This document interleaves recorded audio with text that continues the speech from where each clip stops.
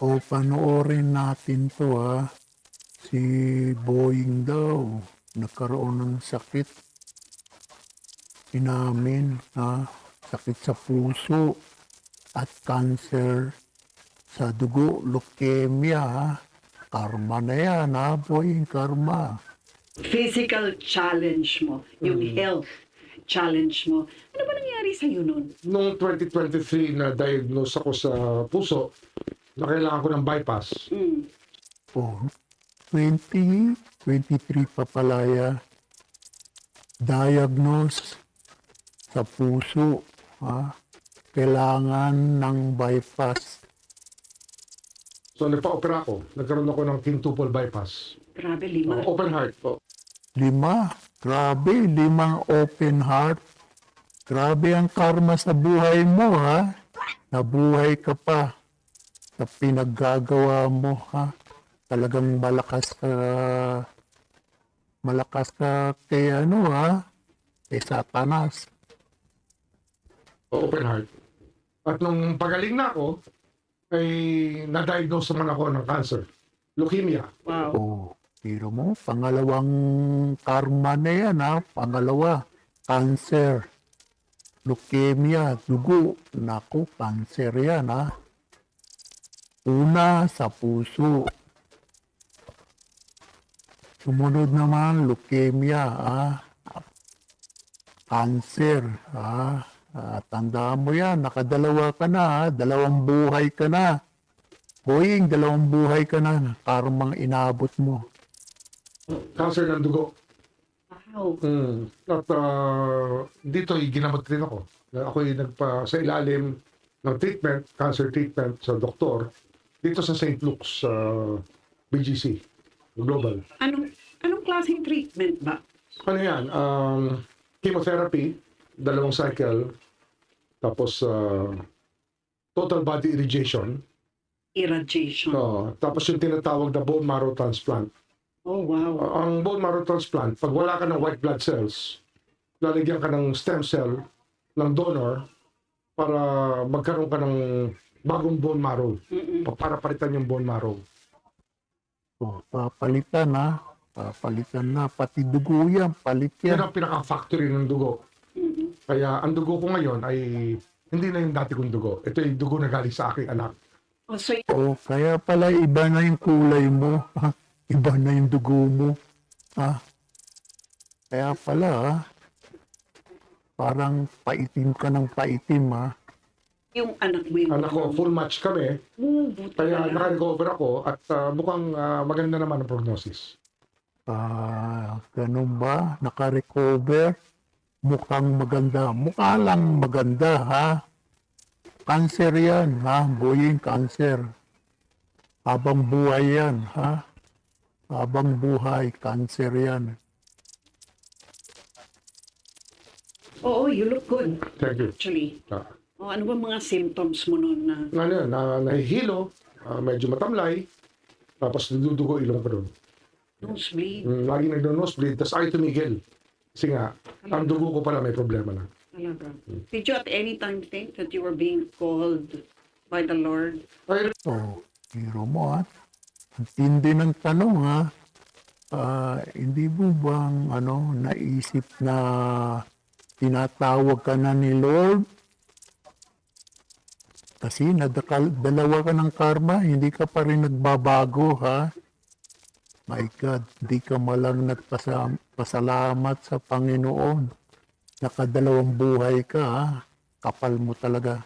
refuse to think of it that way. Kasi nga, ang tingin ko lang, tomorrow is another day.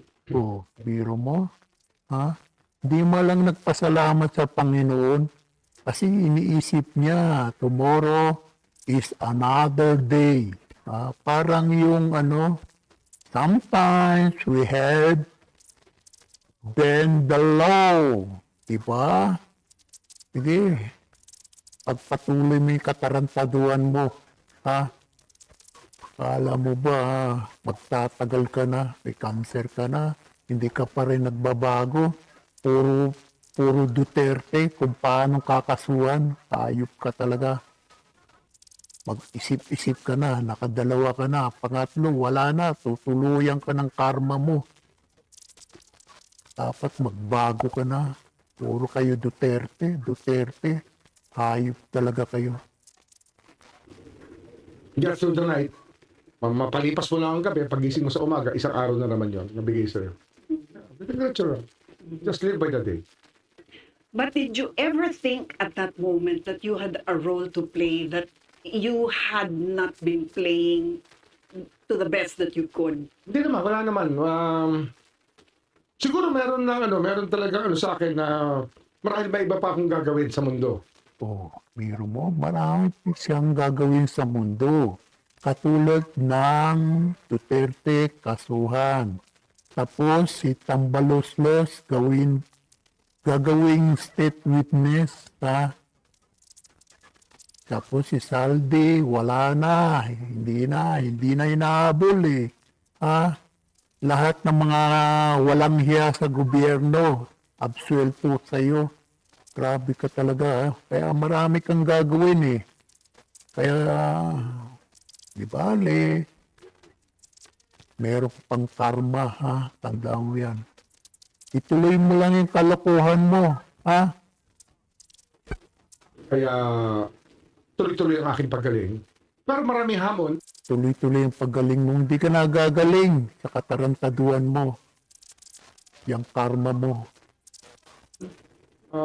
Pagkatapos ng lahat ng treatment, meron pa rin mga problema. Yeah. Pero Oh, kita mo, may problema. Cancer yan. Habang buhay yan. Ha? Dapat magbago ka, magpasalamat ka. Hindi ko malang narinig yung nagpapasalamat ako sa Panginoon at nakadalawang buhay ako, 2 operasyon. Ha? Salamat, Panginoon. Ha? Grabe ka, hindi ka malang nagpasalamat. Yari kang karma mo. Hintay mo yung karma mo. Grabe ka, hindi ka malang nagpasalamat sa Panginoon. hindi, tuloy-tuloy lang. Tuloy-tuloy lang. Siguro meron. Oh, dito naman tayo kay yung nag-retired ng ombudsman na may secret daw, decision daw, yung yung dating ombudsman, binabanatan ni Boying eh. May secret decision daw eh. Ito talagang Boying walang magawa sa buhay talaga. Kinarma na, tuloy pa rin ng katarantaduan tong Boying na ito. Sir Sam, what do you think of this whole thing as a final wrap up on what is your take on what's going on right now? Well, I look at it as, as a diversionary tactic, as I said, to let the people in the meantime forget about the ghost projects, about the flood control anomalies. So divert it to the secret decision, which there is no secret decision. The secret decision is just, bukang bibig lang ni Ombudsman Remulla.